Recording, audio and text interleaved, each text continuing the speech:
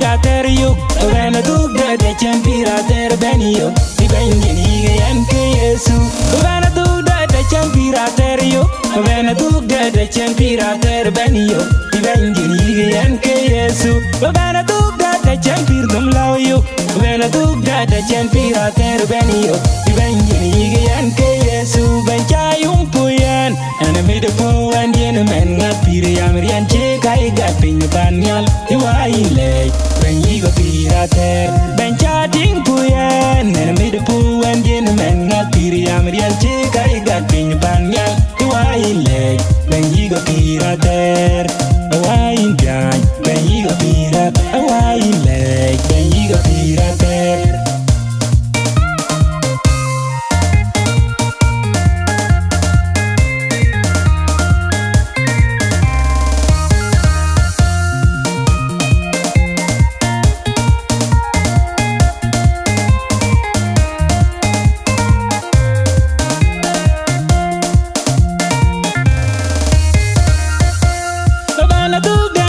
Pirater yo, Vena dugda de chen pirater benio Di bengini yan ke Yesu Vena dugda de chen pirater yo Vena dugda de chen pirater benio Di bengini yan ke Yesu Vena dugda de chen pir dum lao yo Vena dugda de chen pirater benio Di bengini yan ke Yesu Benchai umpuyan Ana midepo andien men ngapire yamrian che kai gapin banyal Iwaile benyigo pirater Benchating puyan Nena midepo andien men ngapire yamrian che kai gapin banyal Iwaile benyigo pirater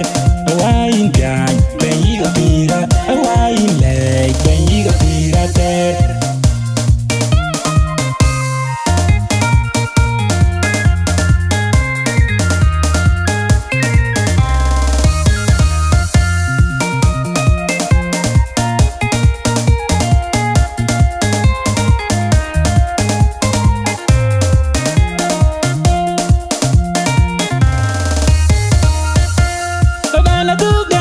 Pirater yo, Vena dugda de chen pirater benio Di bengini yan ke Yesu Vena dugda de chen pirater yo Vena dugda de chen pirater benio Di bengini yan ke Yesu Vena dugda de chen pir dum lao yo Vena dugda de chen pirater benio Di bengini yan ke Yesu Benchai umpuyan Ana midepo andien men ngapire yamrian che kai gapin banyal Iwaile benyigo pirater Benchating puyan Nena midepo andien men ngapire yamrian che kai gapin banyal Iwaile benyigo pirater Awain pian benyigo pirat Awaile benyigo pirater Bugi jani alwa Yesu Bugi poin banya hallelujah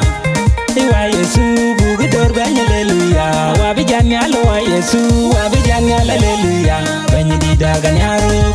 Adi kuleng el beni Yesu